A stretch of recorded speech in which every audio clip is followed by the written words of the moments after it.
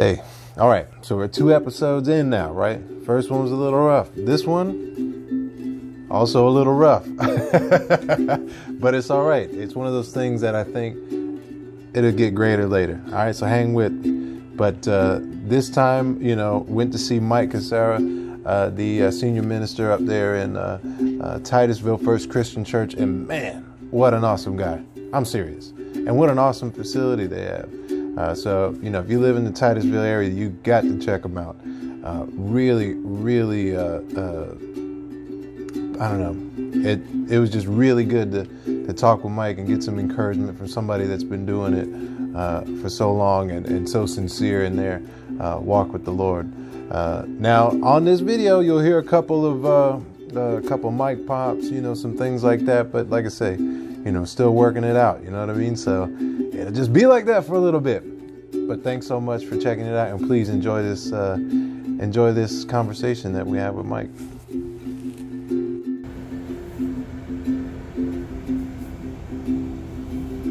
Gotten so much better in producing videos here. Yeah. And we actually, you see that camera back there, we bought an HD camera to do this stuff with. Oh, yeah? And since I got my iPhone 10, I don't even touch that thing. I do all the video on my iPhone, and I do all the audio on that recording. I sync it together, and it's great. That's all you need. I know. I tell you, these phones are. And I do adjust the audio. I run the audio through Audacity, and I have some certain settings and noise reduction and things like that to get rid of. Yeah, you know what? I didn't think about Audacity. But I do clean up the audio first, and then once I clean it up, I get it lined up in my in the Video Maker program, and then I delete the iPhone audio and just lock the audio in with once I get the mouth and everything. But I do the bang. I got to do my clap for me, so I could line up the video with. I see. That's how you do it. You go like that. So when you see the hand together, and you see the big mark for the clap, I line it up, and then your audio and your video song. Okay, so you know what you're doing then. Yeah. See, that's what I'm trying to because if I had a guy that was a video guy where I could just, or I had an AV where I could say, hey, let me send you the raw material and you can just, make this work, that'd be great. But I'm I don't have that either. That's why I have to do it myself. But it's the time. I'm man, the video already, the processing and just the editing. So I'm I need to go bare bones and see, you know what I mean? If it, I tell you what, my thought is that if somebody looks at the video, it likely wouldn't be for the sake of the high quality of the video production, but it would be the content. And even if I had really good, it's I could polish a turd, you know what I'm saying? So, But for me, this idea started because I was thinking of having all these good conversations like we did at that lunch, that even lead to this.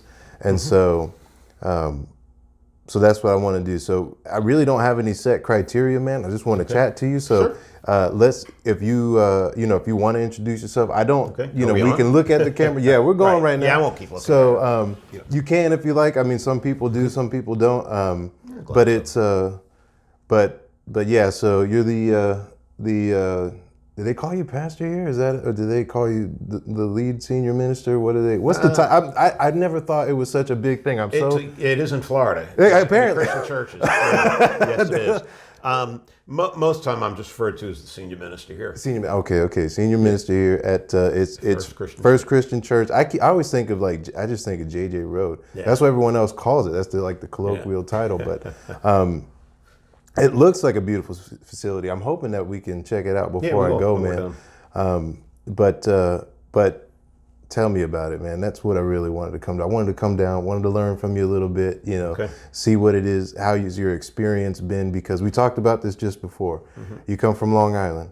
I spent a large part of my life in Delaware, in and around those, in that area in the Northeast. And it's a big jump out here. And I wouldn't say, I don't, maybe I should be careful, right? Because I don't mean to say that it's a worse jump, but it's certainly a different culture out here than it is up north.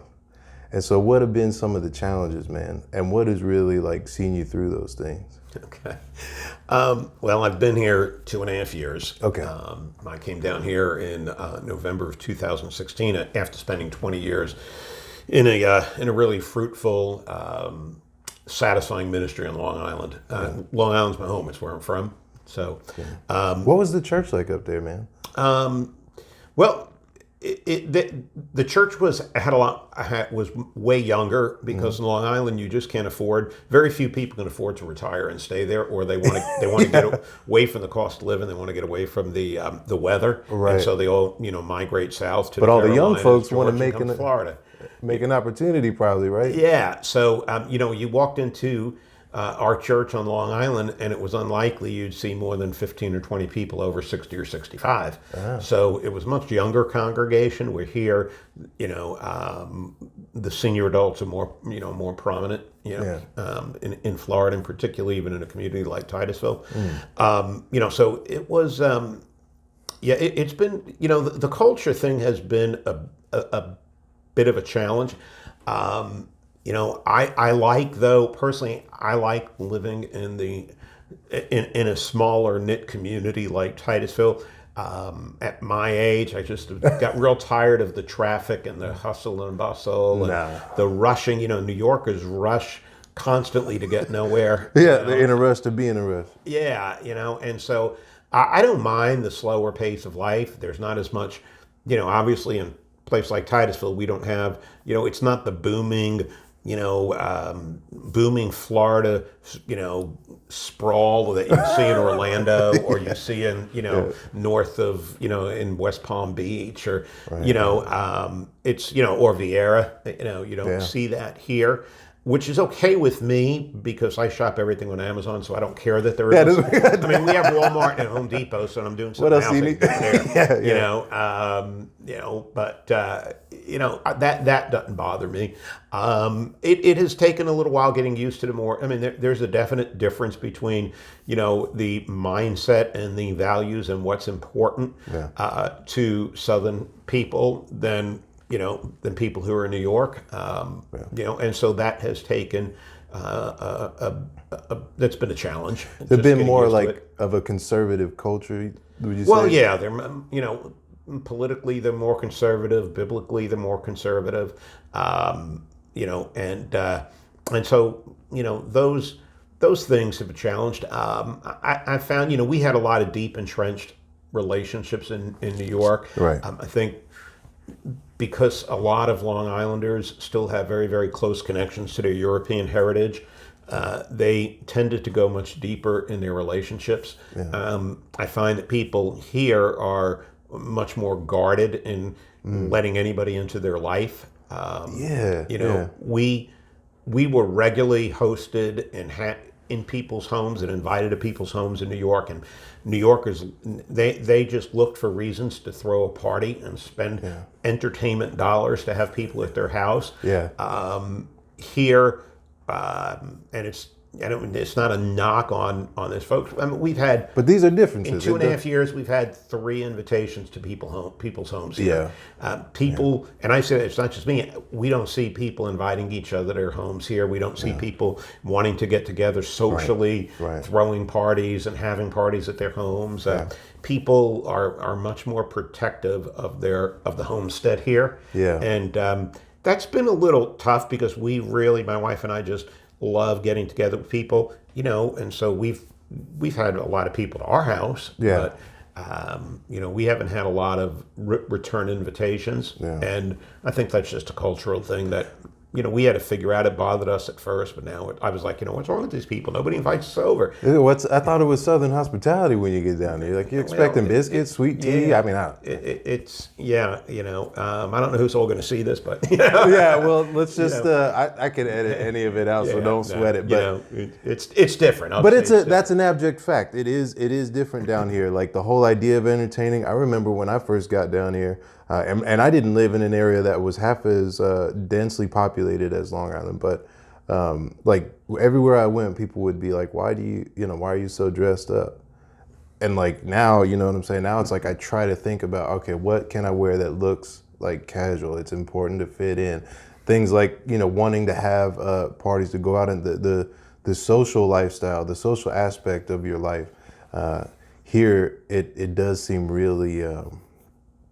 like there's little like silos of social pockets or something like that, and so I can absolutely relate. I use the term guarded. They're just very guarded about letting anybody, particularly if they still see me as an outsider, because I'm a Northern Yankee, and I have dealt with what I would call some labeling and judgments that people of color deal with all the time throughout the country. Yeah. But I've dealt with some what I have felt have been prejudicial attitudes simply because I'm Italian from New York. Yeah. That's the thing. I tell you, I feel blessed at Discovery sometimes. Like we're thinking about getting a school in there, and there's a young black man that's the president, right? And Ford, he's from Samoa. I'm actually a Mexican American. And then another guy that was kind of bridging the gap for us. He's a white guy, so we're all sitting there, and it was like this unintentional thing of like where like culture didn't come up. Ford is the one that actually even pointed it out to me afterwards. It was like, man, what a beautiful thing. We got 4 guys, different nationalities, different backgrounds, not even a topic of debate, not even a topic of discussion, but just trying to get together and do ministry together.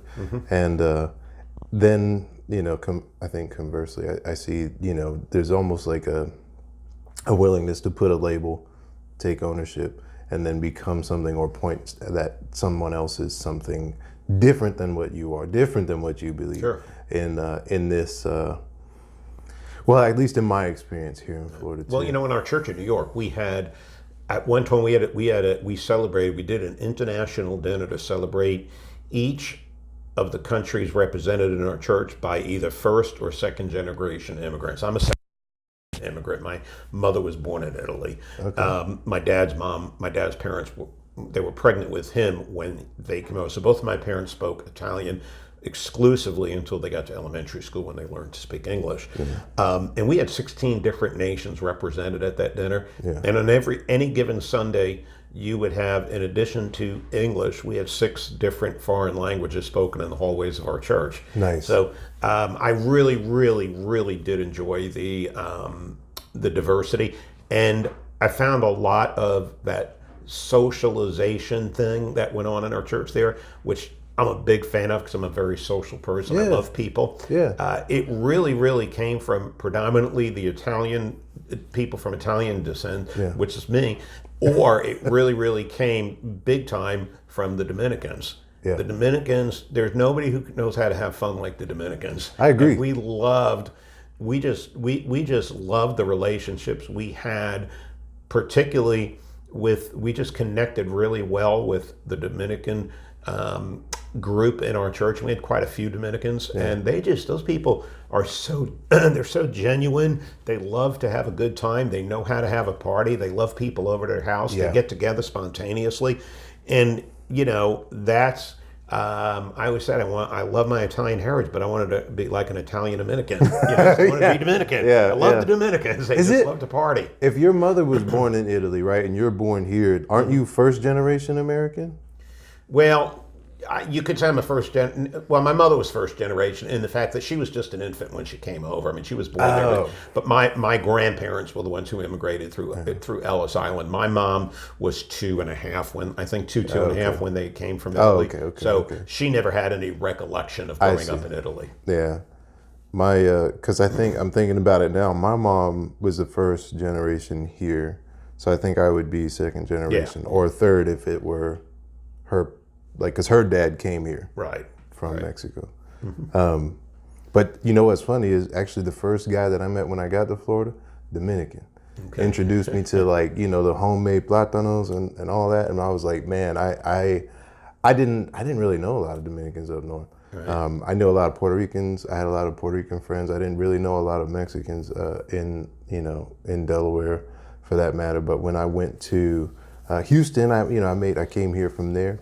And I met a lot of, that was awesome to see, like my people there and learn more about the culture that I wasn't really exposed to for a large part of my life. And then coming down here, I met a guy, man, Dominican cat. And it was like straight away, like he found out like I was also a Latino. And so it was kind of like we had a bond straight away, the language and sharing some of the food and just, really brought me in. When I think about it, it's exactly what you're talking about, man. And so I've really missed the diversity. I mean, here we have a few people of color and a few, people of Hispanic, Latino descent, but not many. I mean, almost, 90, well over 90% of the church is Caucasian.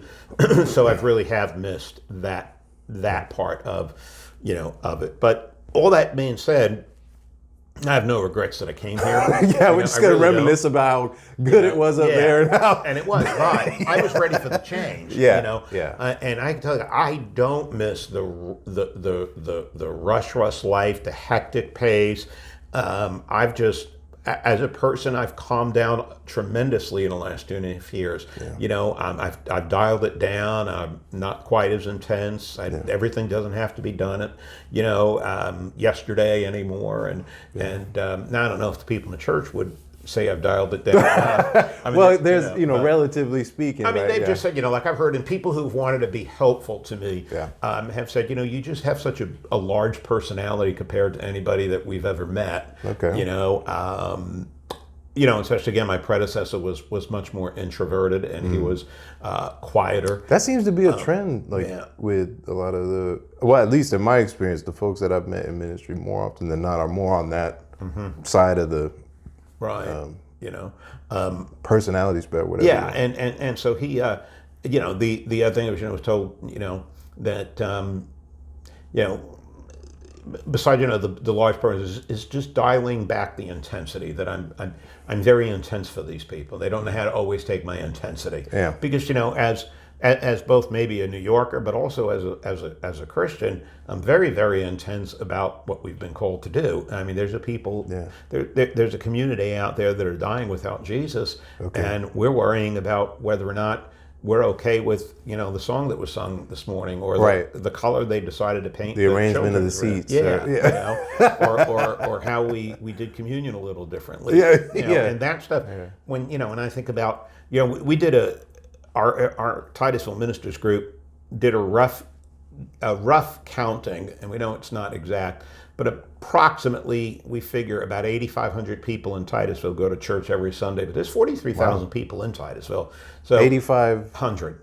So that tells us about 36 to 37,000 people in this community do not have an active walk with Jesus, and so there is an urgency. I do have an intensity and an urgency. I think some of the things that people, you don't realize, like it's good to have some kind of, I don't want to say like it's bad to have tradition, right? Because you don't want to just change things arbitrarily for the sake of change, and then you lost what you were doing in the first instance.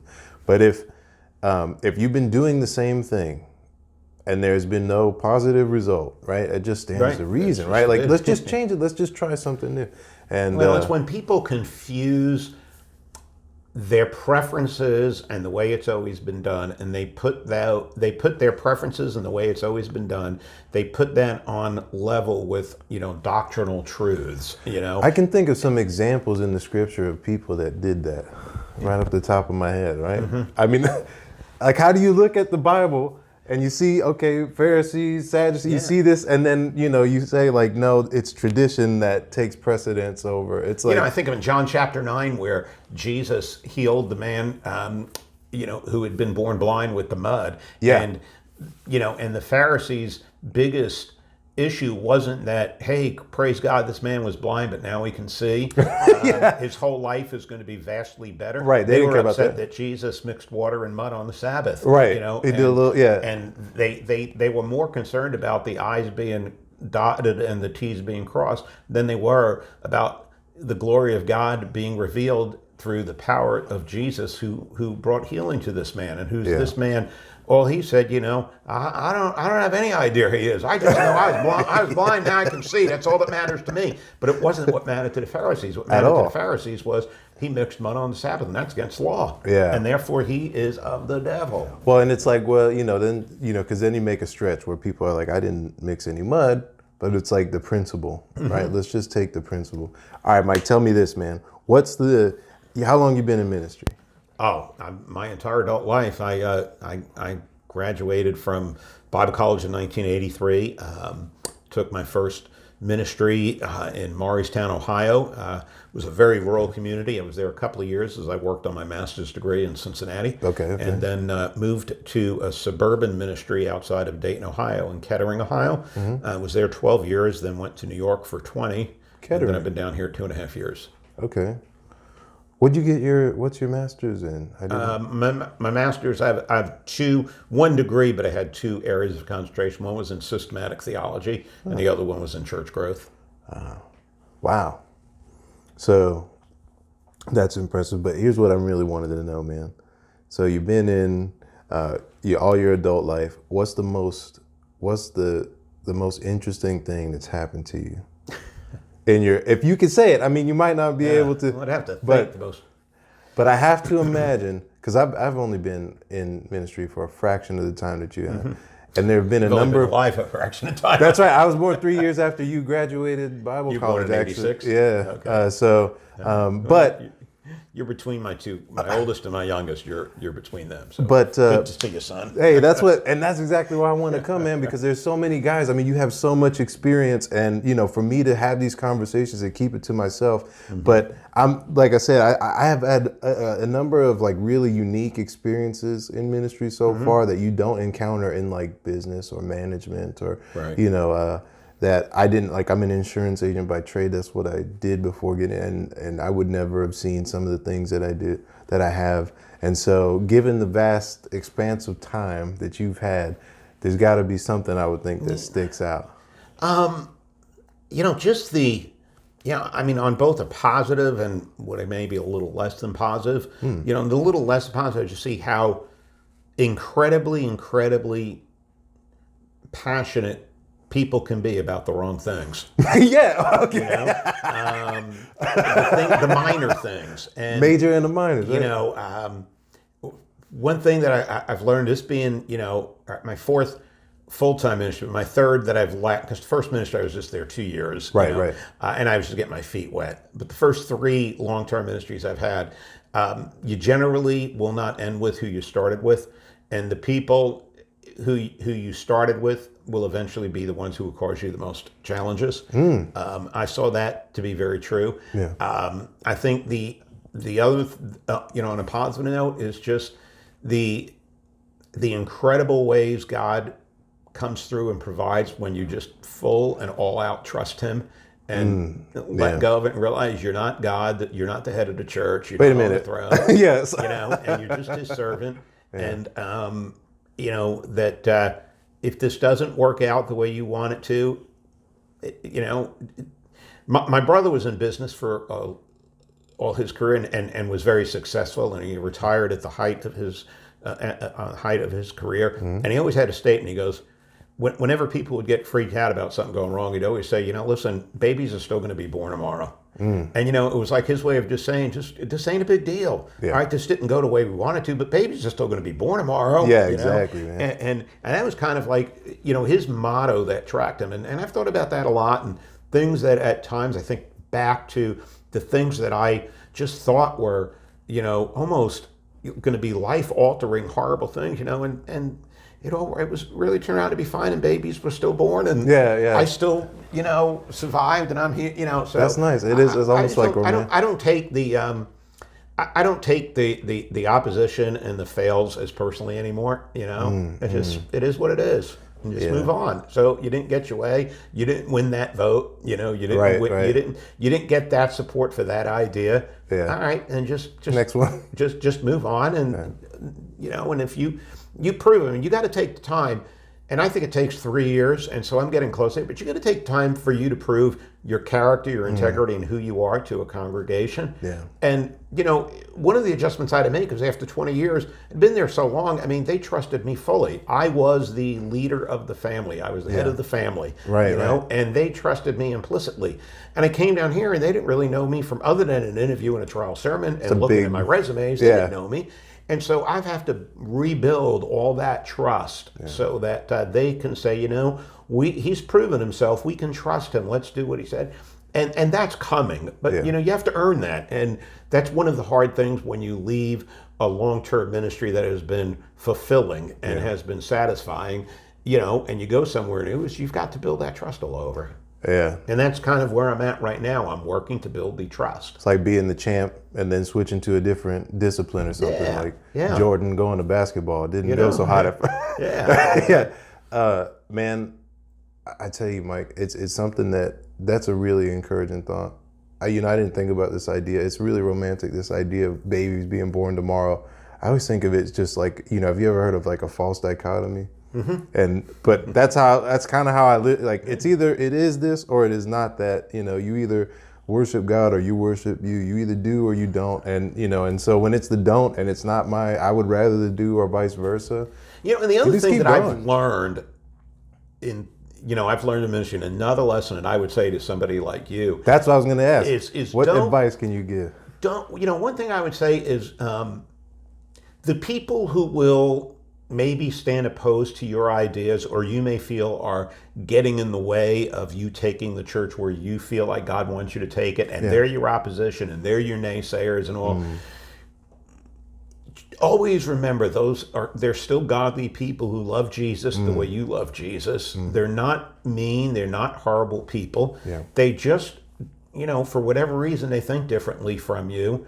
And also they've seen it. I can see this, when I was your age, I used to think all the guys who were 55, 60, 65, who resisted the stuff when we were 30, trying to introduce to the church, like the worship wars, all the worship music, and relaxed dress, because when I was 30, that's when people started maybe dressing down for church, and I had the people when I was 30, the 60-year-olds in my area with Art Merkel and Hugh Hurley and Edwin Hayden and all those guys would never take their shirts and ties off and their jackets. We thought, they just don't want to grow, and. You know what I found is I've become that old fart. I'm that 58-year-old guy to you now. And there's things that I see coming up that I see happening in millennial-driven churches, and I just shake my head at, and I don't understand why they do that. But then I've become the guy. I'm now 58, so and so I've come to realize that the people who may not, jump head in, or even may give me challenges and oppose some of what I think pragmatically should happen in the church. Yeah. They love Jesus, and it's not because they're bad, mean people. They just think differently than you. Yeah. Where 20 years ago, you opposed me. You were the enemy. You were the devil. Yeah. You were Satan. You were Satan. Get behind me. You opposed me. and I've learned to not, I've learned not to think that. And I don't take it all personal anymore. So understand, they love Jesus. They just don't love your ideas. That's it. Okay. And that's it. And maybe there's truth to it, because when I saw. When the church started getting more casual, when I was around your age, because you're like 32, 33. 33, yeah. When I was around your age and everything dress became more casual. Right. People be bringing coffee into the auditorium. And what's wrong with dress being more casual and bringing coffee? I didn't even think about that. The idea those of in and of itself are no problem. I mean, that was one thing. When I first came here, we had signs, please do not bring drinks or food into the auditorium. And I asked we need to take those out, because you're just saying, if you are the kind of guy, I mean, millennials like to walk around with a cup in their hand, and you are not welcoming them by having that sign there. And they agreed. And so we took the signs down. Yeah. But when all of that, what I've seen is we've gotten so casual with things, and it's not just the dress, and it's not just bringing coffee into the auditorium. But with the messages, you think, and with it's we in the Restoration movement are no longer really distinct. We've lost our distinctiveness, because those doctrinal things that mattered so much more when I was 30 don't matter as much anymore. You see Christians routinely, and even Christians in leadership and even ministers, doing things that never would have been considered appropriate when I was your age. I mean, consuming alcohol openly and publicly, playing cards and gambling, going to R-rated movies, even, some level of foul language. I mean, I've experienced multiple. Like from the pulpit you're talking about? A couple of times, yeah. What? Yeah, a few times. There are several millennial pastors who will use not the major curse words, but the minor ones, Wow. even from the pulpit, and most definitely in conversation publicly. Or they're not shy in any way. I mean, you follow them on Facebook, and I've got a few of them. I won't name them, but not shy at all about their use of alcohol. And so, to me, it's like we started getting casual, perhaps with the dress and with the coffee, and all the guys, in my life. Those 58, 60-year-old guys in my life were like, this is just going to be this is going to be a snowball effect. This is just the beginning of the sinking ship. And I was like, you guys are nuts. You don't want to change. You don't know. And they were right. They were. Yeah. And I tell you, there's a lot of things that guys like Art Merkel and Hugh Hurley, and I mention these guys because they were older ministers in the southwest, south central Ohio where I was. Right. So these were guys that I looked up to, and when I was 30, they were my 58, 60-year-olds. And I remember many, many times, listening to Mr. Hurley or Art Merkel and listening to the things that they were concerned about, what they saw, and just blowing them off because they were just old men. Right. And gosh, 38 years later, I want to find them and say, you were right. Yeah. You were right. Man. So don't discount us 58-year-olds. Hey, you know what? I don't plan to in any way, because I know that here's another one. How do I look at the scripture and then think I should not take instruction from, my elders, from people that have been there, especially godly men that have spent so much time in their lives devoted to the service and, the kingdom. And I mean, it's like, what kind of idiot would I be, right? To, you don't know what you're talking about. I mean, like, what are we talking about? If it's, especially doctrine, and especially, because I think the same thing. One of the best things that you can be as a minister, as a preacher, as a leader, as somebody that is associated with God in a major way or in a public way, is be exemplary. If you don't do anything else, right? I mean, if there's one thing that I try to focus on, is being an example. Like, am I doing things that I would encourage somebody else that, like when I say like a child, it could be like a brand new child of God. But I tell them, just say whatever you want, do whatever you want. Of course not, because that's not what I see in the scripture, right? At the same time, I guess you got to find the balance, because you don't want them to feel like, now I've got to, right? Like, I can't be a human being anymore. I'm just this like avatar for the Holy Spirit. But there's been two scriptures that have really driven a lot of my life, and one of them is when Paul says, imitate me as I imitate Christ. I want to be able to say that to my congregation, and there are many, many ways and times I would never say it, because I don't think I've imitated Christ well, but it's my goal. And then the other one is Titus chapter 2 verse 10, where Paul, in this case, he's talking to Christians who were unfortunately enslaved, and they were slaves, and I believe the Bible completely condemns slavery, but he was talking to them in the context of their life as slaves, and he said, you need to be the best person you can be, so that in Titus 2:10 you can make the gospel attractive to everyone who does not believe. And I think that is the biggest challenge for Christians, is we need to live our life in a way that makes the gospel attractive. And I do think there's been, and I've seen, whether it's been in Ohio, New York, or Florida, or anywhere I've been, I've just witnessed too many Christians who live their life in such a way that, why would anybody want to be a Christian if that's what being a Christian is about? Their life is not attractive. It's judgmental, it's negative, it's nasty, it's hypocritical. Shallow. And so, I want people to imitate me, and I want them to, through my life, be attracted to the gospel, not pushed away by the gospel. Yeah, well, amen to that. All right, so last thing, Mike, you tell me about First Christian Church, where you guys are at, what the service times are, because I want to give you a plug too, man. Sure. Because look, I want to boost up the churches in the area, man. I mean, well, we meet. We're in the north end of Titusville, between Mims and Titusville.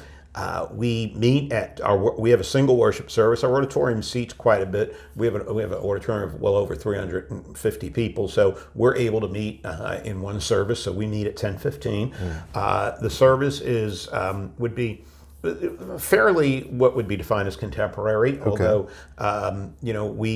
we try to have a blend as well, because we do realize there are a lot of senior adults, and plus it's not only to appease them, but there are just so many hymns that have such rich theology and wording, and so we kind of blend that.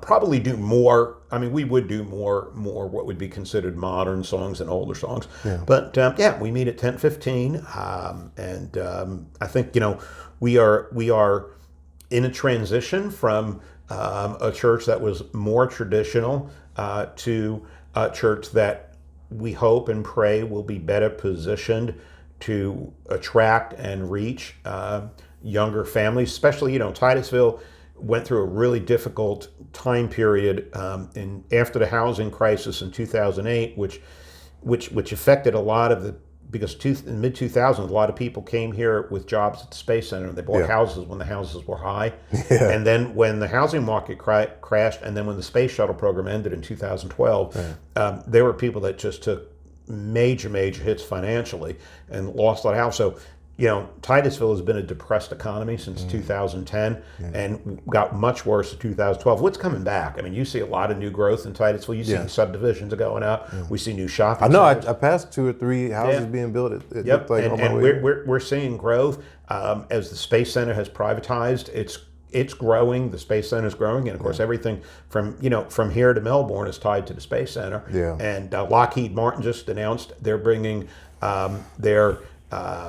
they're building new headquarters here on the Space Coast, and Boeing just announced they're bringing their whole space division, which is based in Arlington, Virginia. They're closing Arlington up, and they're bringing it all to Titusville. Oh wow, okay. So we think there's a great chance of people moving in, and so we want to use this time as the people are coming. We want to create, and so we've put a lot of work. We got a really cool children's and preschool ministry areas. I saw it. What was the name of it? Kids Zone. Kids Zone. Yeah, I saw the graphic on the wall. And then our preschool is Kids Space. The idea of okay. space. I don't remember if it was Zone or Space. Jesus type of thing. Nice. We did a big redecor of our front lobby. We are in the process, as I was telling you offline, we're in the process of completing the plans for a remodel of our auditorium. Right.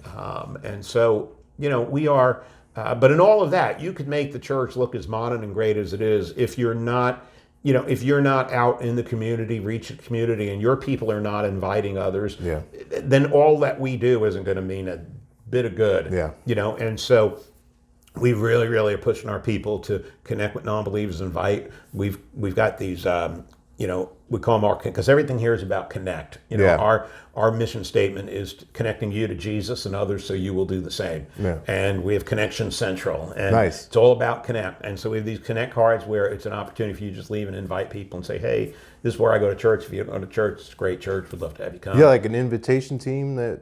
Are you talking about? Or no, we make these available to our people. They're in baskets out. And we're just always saying, hey, if you're out of your 5 Connect cards, we just paper clip them. Pack something that they can hand out. They can take. I'll show it to you when we're done here. All right, cool. And they can just take, and I keep mine in my wallet. Okay, all right. We go to a restaurant later. I just leave it on the table.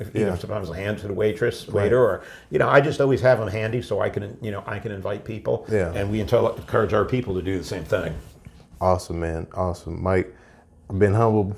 Yeah, thank you so much. I think we can do this again too, but absolutely. I wanted to get something on so that